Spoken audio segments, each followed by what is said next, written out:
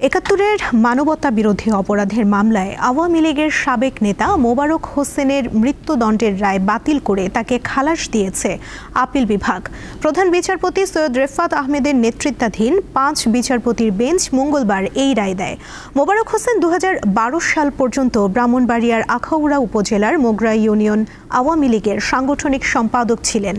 মুক্তিযুদ্ধকালে মানবতা বিরোধী অপরাধের মামলায় ২০১৪ সালের ২৪শে নভেম্বর তাকে মৃত্যুদণ্ডাদেশ দেয় আন্তর্জাতিক অপরাধ ট্রাইব্যুনাল। পরে মৃত্যুদণ্ড থেকে খালাস চেয়ে মোবারক হোসেন আপিল করেন। চলতি বছরে ৮ জুলাই আপিলের শুনানি শুরু হয়।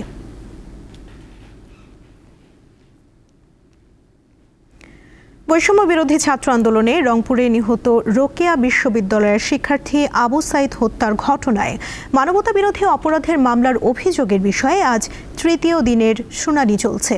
পলাতক আসামিদের পক্ষে রাষ্ট্র নিযুক্ত আইনজীবীরা শুনানিতে অংশ নেন। আন্তর্জাতিক অপরাধ ট্রাইব্যুনাল ২-এ মামলাটির বিচার চলছে।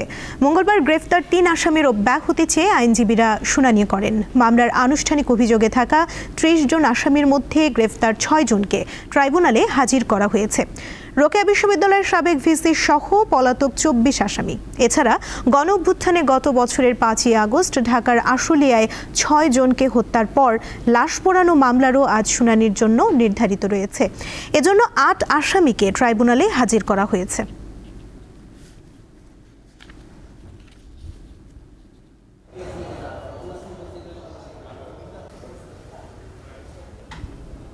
এই মুহূর্তে আন্তর্জাতিক অপরাধ ট্রাইব্যুনাল থেকে আমাদের সঙ্গে যুক্ত আছেন সহকর্মী মাহিদুর রহমান। মাহিদুর, আবু সাইদের মামলার শুনানি কোন পর্যায়ে রয়েছে? এছাড়া একাত্তরের মানবতা বিরোধী অপরাধের মামলায় মোবারক হোসেনকে খালাসের রায়ে আদালত কি বলছে? বিস্তারিত আমাদের জানান।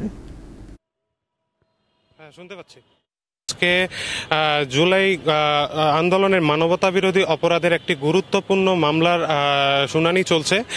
আজকে কিন্তু এই অপরাধের মানবতা বিরোধী অপরাধ সংগঠনের আজকে এইটা তৃতীয় দিনে আবু সাইদের এই হত্যা মামলা তৃতীয় দিনের মতো কিন্তু আজকে এটার শুনানি চলছে।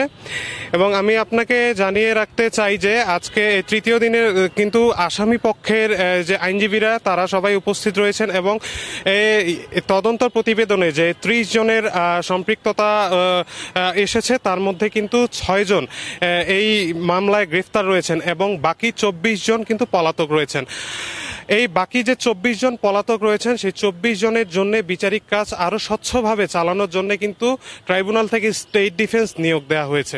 এই স্টেট ডিফেন্সে কিন্তু আজকে এই স্টেট ডিফেন্সে ৪ জন নিয়োগ দেওয়া হয়েছে। এই ৪ জনের কিন্তু শুনানি চলছে। তারা কিন্তু তাদের যে আসামি এই আসামিদের পক্ষে তারা অব্যাহতি চেয়ে কিন্তু এই শুনানি করছেন। আমরা এতক্ষণ ভেতরেই ছিলাম সুমনা, কিন্তু আমি শেষ পর্যন্ত দেখেছি যে 3 জন স্টেট ডিফেন্স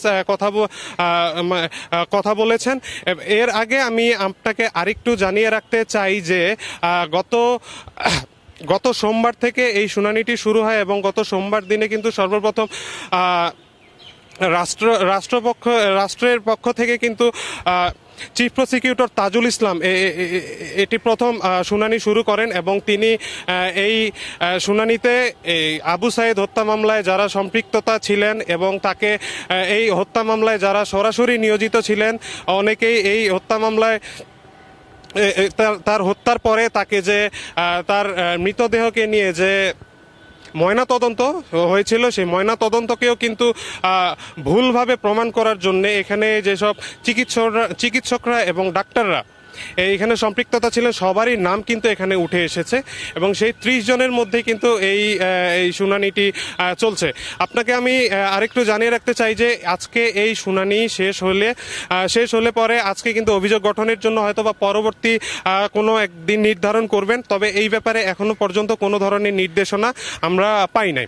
আপনাকে আরেকটি তথ্য আমি জানিয়ে রাখতে চাই যে এর আগে মানবতা বিরোধী অপরাধের দায় ৭১-এর মানবতা অপরাধের দায়ে কিন্তু আপিল বিভাগ থেকে মোবারক হোসেন নামে একজনকে কিন্তু খালাস দিয়েছে হাইকোর্ট।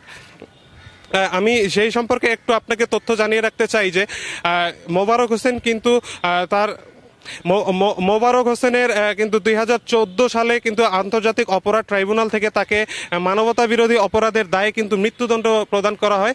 2014 সালে ঠিক 10 বছর পরে কিন্তু আবার তার আপিল রায়ের বিরুদ্ধে আপিল চেয়ে কিন্তু তিনি আপিল বিভাগে আপিল করেন এবং আজকে সৈয়দ রিফাত আহমেদ যিনি প্রধান বিচারপতির আপিল বিভাগে তিনি খালাস পান।